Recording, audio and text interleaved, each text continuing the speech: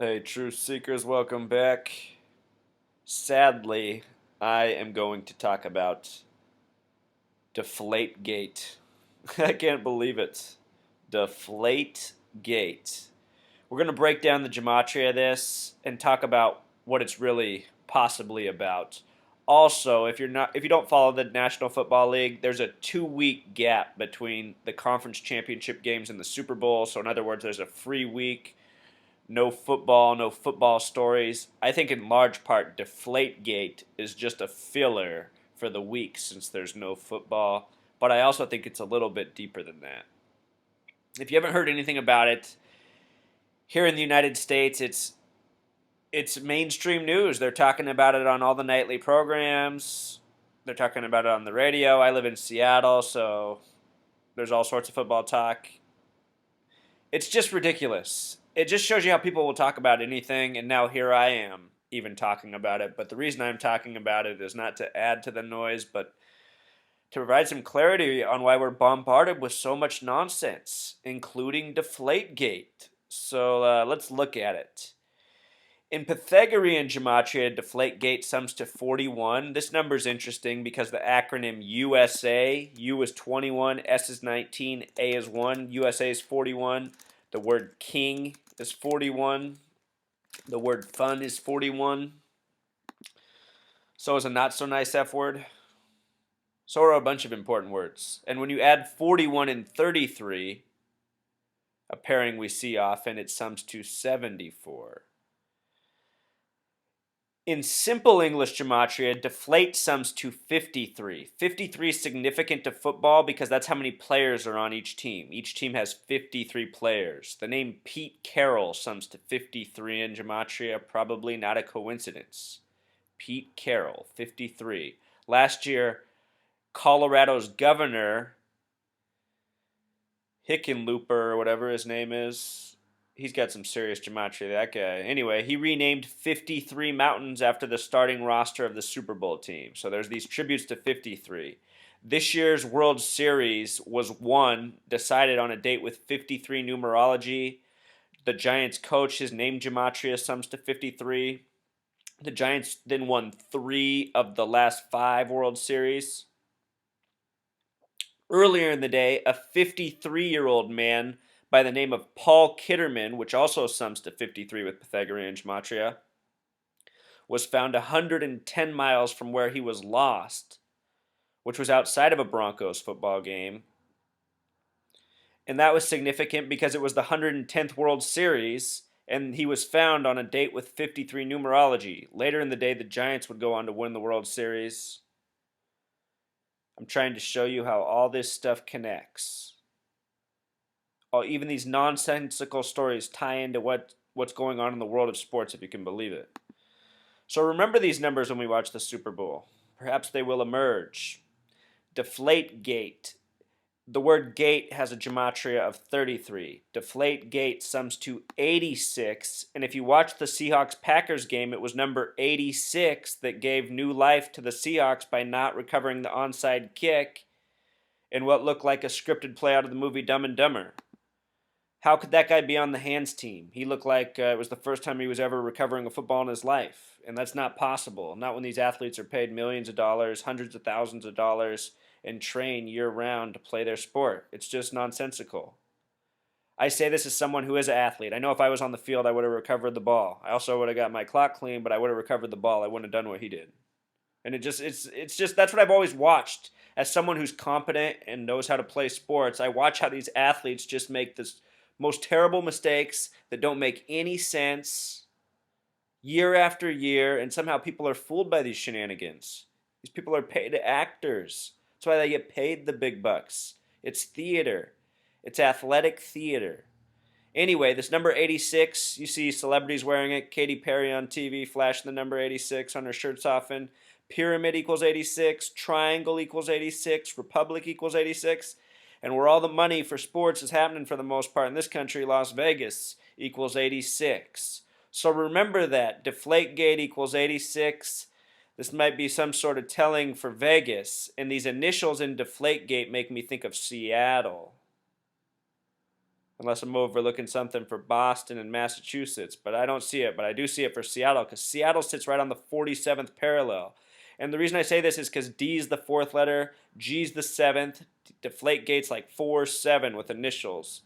And Seattle also has this really weird thing going on with the Marysville shooting, which seems to be directly connected to the Super Bowl now looking back. I did a post on the number 144 and 144,000. Watch that post. If this sounds crazy right now, watch that and then get back to me. I've been following the number 44 all season. If you've ever wondered why 40 is spelled like this and we drop the U, do the gematria of 44. It sums to 144, and that's no mistake.